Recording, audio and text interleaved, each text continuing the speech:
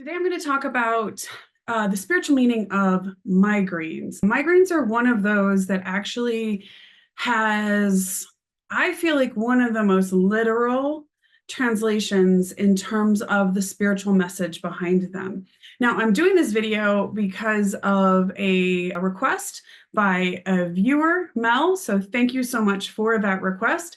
Should you have your own questions, suggestions for video topics, please do put them underneath the video. I am more than happy. I absolutely love hearing from you guys, and I love trying to create content that will directly answer questions you might have.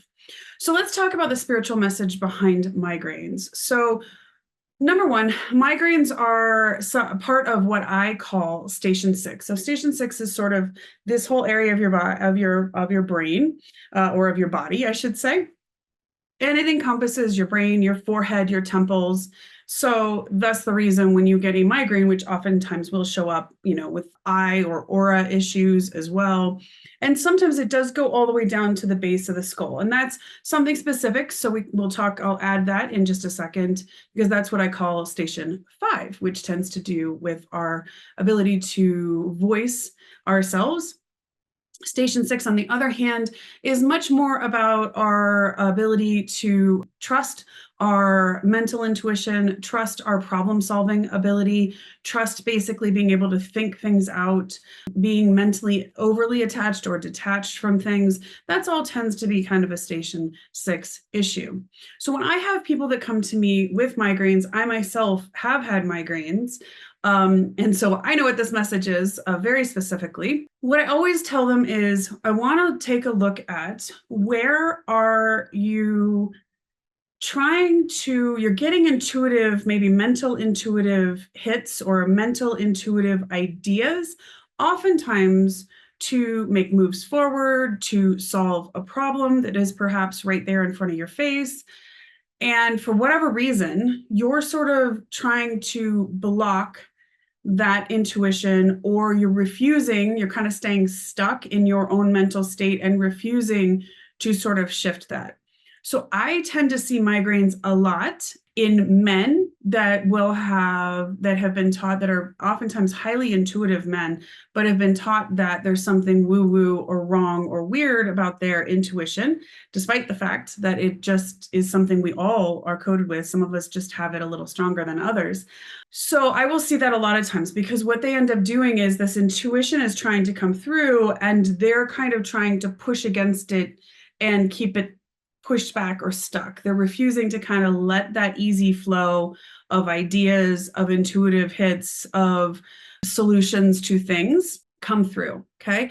And the way that I like to give you a visual on that is, if you can imagine, if you want to pour out of a bottle, or let's say like a wine bottle, and if everything was pouring, it's coming out, it's lovely, and then you decide to pop the cork back into it, right? There's innately, it no longer can come out, right? It's sort of, there's some pressure being pushing on the cork, but it's not coming out. So a lot of times the way that I think of migraines is that you're putting a cork in your mental intuition, mental problem solving. And for whatever reason, you're feeling that you can't bring into being a solution that you would like to bring into being, or you don't want to listen to the intuition that you're being given. You're kind of putting literally a cork in it.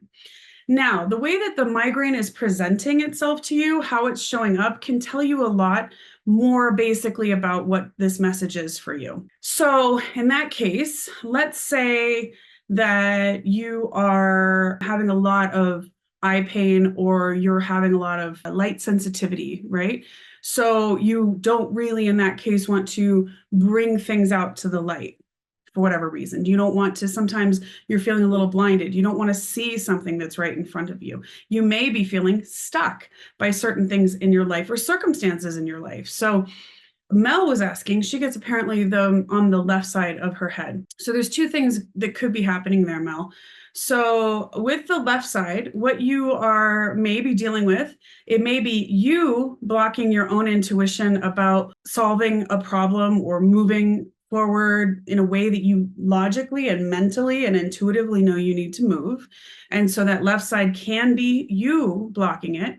I've had people who've come to me that They knew they needed to end a relationship. They knew the relationship was not the right relationship for them. I actually had a lot of migraines when my many years ago, I was engaged to someone I knew wasn't going to end up being the person I really should be with.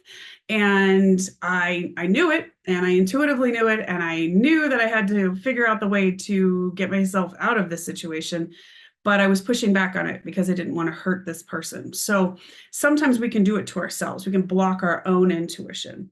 Now, that said, there could be a female in your life that perhaps you have an issue with, perhaps is difficult for you to deal with, perhaps you're having problems you have to try to solve with, and that person's really pushing back against what you intuitively know needs to happen. So I had a wonderful client a couple years ago, maybe not even that. And he was getting really bad pain in his head over and over again for a really long time, a really specific kind of pain. And it almost felt in his case kind of like kind of a crunchy kind of feeling, which I know is weird. I had him, of course, go to the doctor, make sure everything was fine. There was no physical reason for this particular head pain. And really what was happening is he is actually a very intuitive entrepreneur. He is a very intuitive business owner. He had a business partner who did not want to trust his intuition on the direction of things to go. And so he was constantly shoving back his intuitive self to try to kind of acquiesce. And he was also feeling like he was stuck because that person also didn't want to believe those things, right? So because of that, he was getting very specific pain, I believe on the right side. And so he was male. So it was kind of, in that case, a little bit of both.